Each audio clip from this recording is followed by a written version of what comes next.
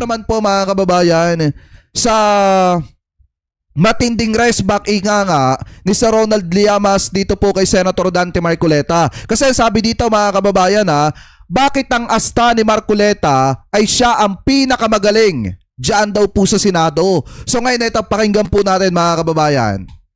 Jokes na pala tayo. Bakit ang asta ni Marcoleta ay siya na ang pinakamagaling sa batas at kaya minamaliit niya ang mga walang legal background? Bakit? Yan! Ay, nako, kasi maligalig siya. Maligalig. Kainis. Kainis. Maligalig. Maligalig. Ayon kay Senator Marcoleta, hindi siya kayang patahimikin ng mga kaso. Bakit? Wala naman magpapatahimik sa kanya talaga. Wala talaga. Dahil siya rin ang walang tigil na nagsasalita sa nakuha niyang pera na hindi dineklara. Dahilan para kasuhan siya. Marcoleta versus Marcoleta pala yun. Sabi nga ni Ombudsman Boying Rimulya, hindi na namin kinakailangan ng ebidensya. Lahat ng ebidensya ay sinabi na niya. Nanggaling na mismo sa bibig mga kababayan itong si Marcoleta. Kaya nga, ito magtataka kayo Di ba kahapon pinag-usapan natin yung paliwanag ni Marcoleta? Kasi todo paliwanag siya about do sa perang natanggap niya mga kababayan. Di ba kayo nagtaka? Mismo inamin niya talaga Inamin niya mismo na ginastos niya yung pera. Kaya wala na. Bro, ibinigay sa kanya yung pera, hindi pa election time. Hindi pa election period mga kababayan at hindi rin nakadeklara doon sa kanyang salin. Ngayon ang paliwanag nyo dyan, o kaya wala yan sa salin ko kasi ginastos ko na. Ibig sabihin, yung perang ibinigay sa kanya habang siya ay sitting congressman, ginastos niya na at inubos niya na mga kababayan. So ibig sabihin, totoo nga na may natanggap siyang pera. Nauhuli sa bibig. Ano ba talaga ang legal background ng mga Marcoleta? Ano? Ha? Ano ang legal background ng mga Legal background. Pelo ka. Okay, so ito na po ang aming MPRCB Award. Ganda ng award namin. Look, the tree doesn't fall very far from the fruit. It is dahil Hirit ka pa, Sek. May bagong batas na isinusulang ng Senado. Oy, meron Kung ayaw, may dahilan. Kung gusto, may paraan. Ganda mo. Ano yun? Anong tawag dyan? Anong tawag? Anong tawag sa Anong tawag sa batas na batas? Kawatano law. yung pala yun. Hindi na nakakahala si Cayetano kahit hindi makaboto si Bato. Kahit nakulong pa si Cheese, Joel at Jinggoy. May sapat na bilang pa rin sila dahil may papalit sa mga senador na absent. May lilipat sa minority? Meron? Hindi. Pwede rin na kasing bumoto ang mga Pokemon! Mahal yan. Okay? So everyone has dreams. Yung mga nagtatanong dyan kung bakit natin tinatawag na Pokemon. Si Senator Alan Peter Cayetano, ito yung dahilan Ayun hawak niya Pokemon cards. And we're taught in this world to think big, dream big. Lalo sa Taguig, yun ang ano namin, may kanta pa na think big, dream big. So etong series na to, Mega Dream. So let me start with this, Everyone has a dream. And I really believe that God plants a dream in us. But of course, the devil also plants wrong dreams in us. So how do you achieve your dream? Order. But part of our dream is to have perfect order. Pokemon card. Perfect order was experienced in Eden during creation. But with the fallen man, ang dami na nangyari afterwards, whether you talk about Cain and Abel, whether you talk about Wala talagang limit, Limitless. Ang tawag kay kabataan. Limitless. Just when you thought. Kahit tayo mayabang, alam natin yung ating limit. Siyempre naman. Hindi tayo tumatawid dun Ito talaga. Ito, nakailang tawid na Wala. Kaya 2 Sundays ako, galit na galit yung mga obispo. Sabi. Kinanto siya. Huwag na daw siya magbabanggit. Sa scriptures. Sabi ng mga Tama. obispo. If you love me, keep my commandments. Nasa Biblia din yan. Tsaka mga kababayan, talagang hindi maganda kay Alan Peter Cayetano na laging ginagamit yung salita ng Diyos mga kababayan para lamang po tirahin yung mga kalaban niya sa politika or yung hindi niya makakasundo. Kasi mga kababayan, ganito yan Biruin nyo pag dumarating yung time na sumasama yung tingin sa kanya ng taong bayan, ano ba ginagawa niya? gumagamit siya ng Bible verse shield, 'di ba? Yun yung ginagamit niya, ginagawa niyang shield, yung mga Bible verse at pangit na pangit po 'yan. Tingnan mga kababayan. Kaya nga sabi ng best friend niya, 'di ba? Kinikilabutan siya pag nakikita niya na nagsasalita itong si Senator Alan Peter Cayetano ng Bible verse. Siguro dapat pag-aralan ni Senate President ang commandment. Sabi nga ni Sec, limitless eh. Ako yung sa Bible, parang nakikita ko doon, bottomless pit. Ayan. Kala ko buto mesa. Parang di ba yung ibig pakahulugan eh, no? Biblical yun, bro. Nung nag-explain si Senator Alan Peter Cayetano tungkol sa Pokemon at inihambing niya sa Biblia at sa current situation, iba naging tanong ng tao. Ano Ang tanong ng tao, bakit siya naka-apron? Baka siya naka-apron di ba? Baka niluluto siya. Baka may Pero, ano daw? Ano? Para daw, kayo mga bata! Sabi ni Robin! Oy, sabi ni Robin! Sabi ni Robin, para daw kayo mga bata! Hindi niyo siya naiintindihan sa mga pinagsasabi niya. Kaya siya na daw napilitan mag-adjust. Bakit? Hindi niyo daw naintindihan at sinunod lang niya ang ibig sabihin ng force mature. Pani. Mature na siya. In fairness, pero matutupad na daw yung Christmas wish niya na may kasama pang lechon baka. Hindi ko. Saan ba ka? Makakasama na niya si Bato. Oh. Baka si Robby. Baka si Bongo. Bad joke daw ito sabi niya. Sorry. Baka. Hindi nga joke yan. When humor follows reality. May pinausang sayaw ang ilang senador inspired by the Pandango sa Ilaw. Di na mga millennials tayo. Ano yun? Ano? Panda Rambong! At si Jingo yung serial dyan. Serial plunderer. Tinindigan daw ni Senator Jingo ang kanyang prinsipyo. Tinitindigan. Tinitigan. Ganon. Sa kabila. Tinitigan. Yun nga mga kababayan, may nakita akong nasan ba yun? Basahin ko nga sa inyo. May sinabi si Alan Peter Cayetano eh. Yan. Ito. Yung handa daw manindigan kahit makukulong na. Ito, wait nga lang. Ayan nasan ba yun? Biruin nyo, sabi handa daw manindigan. Yung mga, yan, ito. Yung top 6. Yan. Ito, yan. Ano ba yung sabi dito? Tanggalin natin yung Yan. Sabi dito mga kababayan, handa raw makulong ang ilan sa majority senator para sa prinsipyo at independence ng Senado ayon kay Senate President Alan Peter Cayetano. Mga kababayan, ito yung hindi ko maintindihan dito. Ito mga to, kaya po makukulong yung mga yan kasi yung iba dyan sangkot sa pandarambong ng pera ng mga kababayang Pilipino po natin. Yung iba naman, sangkot sa crimes against humanity. At yung iba naman mga kababayan, nagtago ng pugante na si Bato de la Rosa. Yung iba naman, tumanggap ng 75 million pesos mga kababayan sa kanya mga kaibigan while sitting congressman siya. So ngayon, paano nagkaroon sila ng prinsipyo dyan?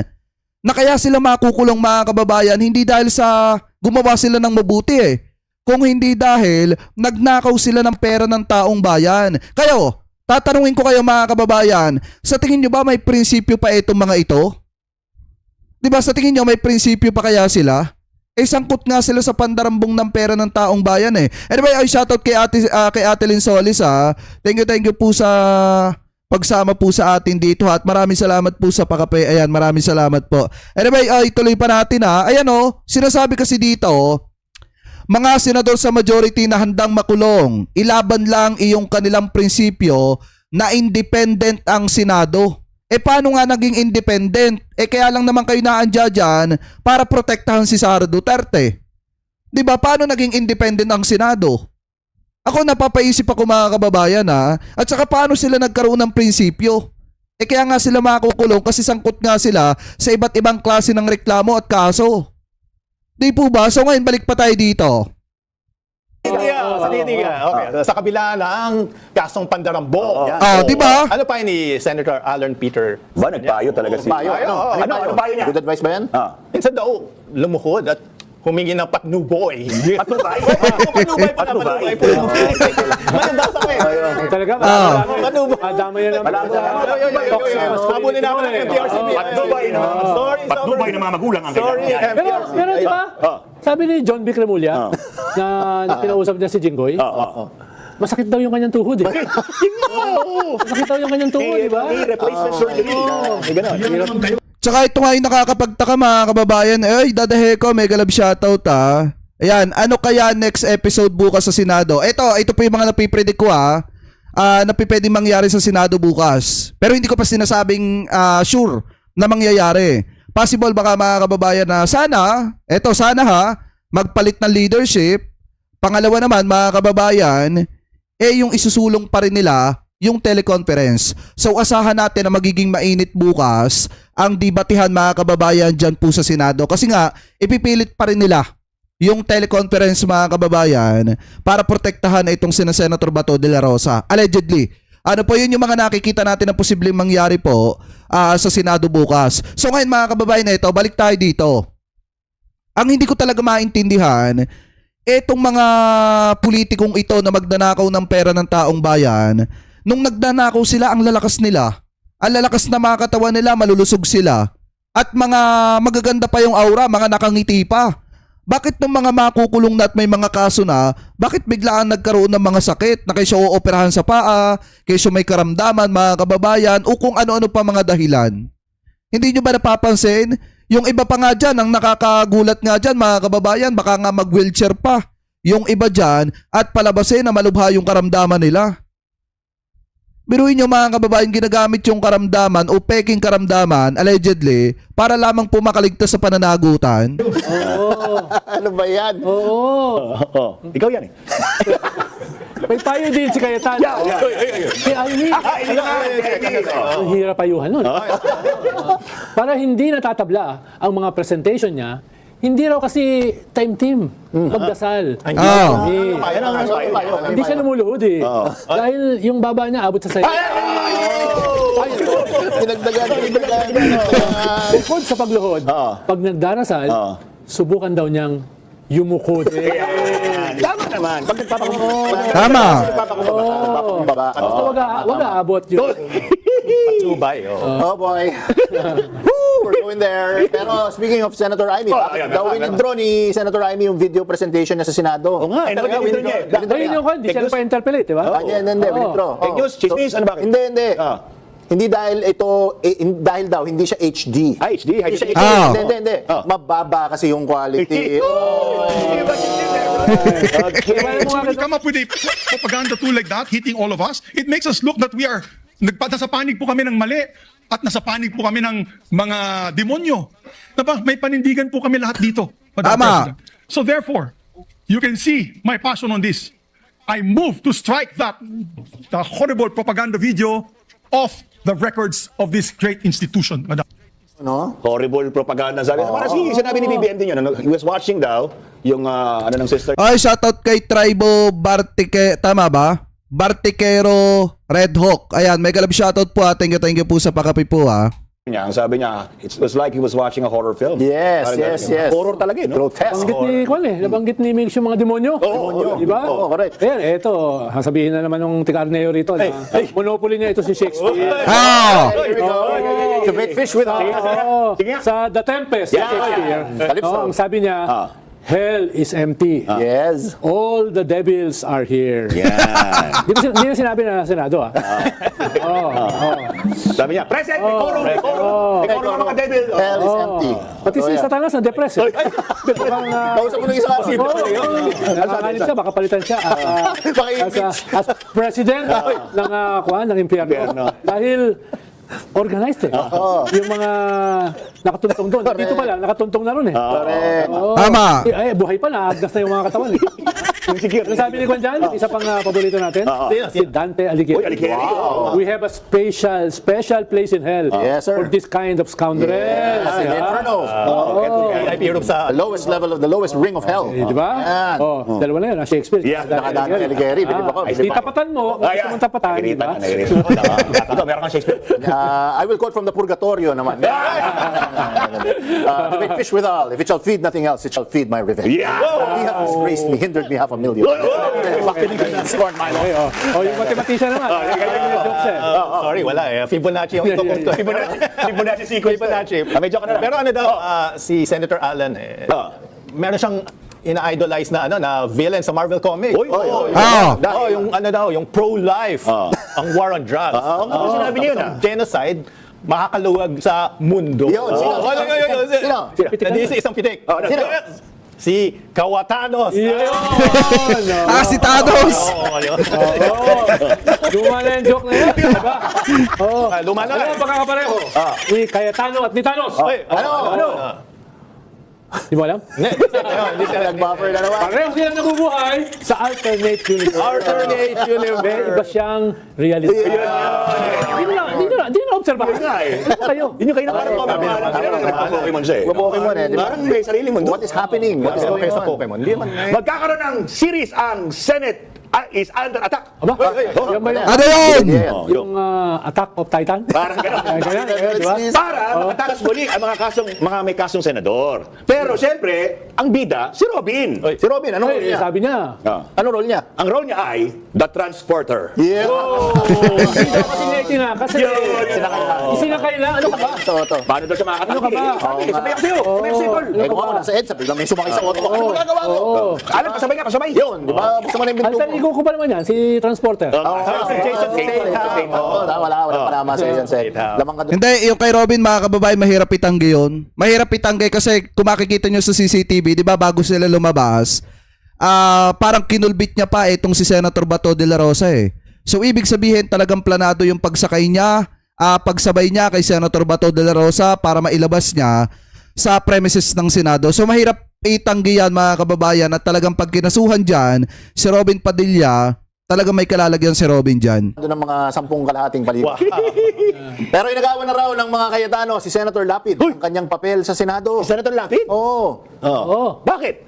Dahil sila na raw ang lito kesa kay Lapid. Para sa matyagan.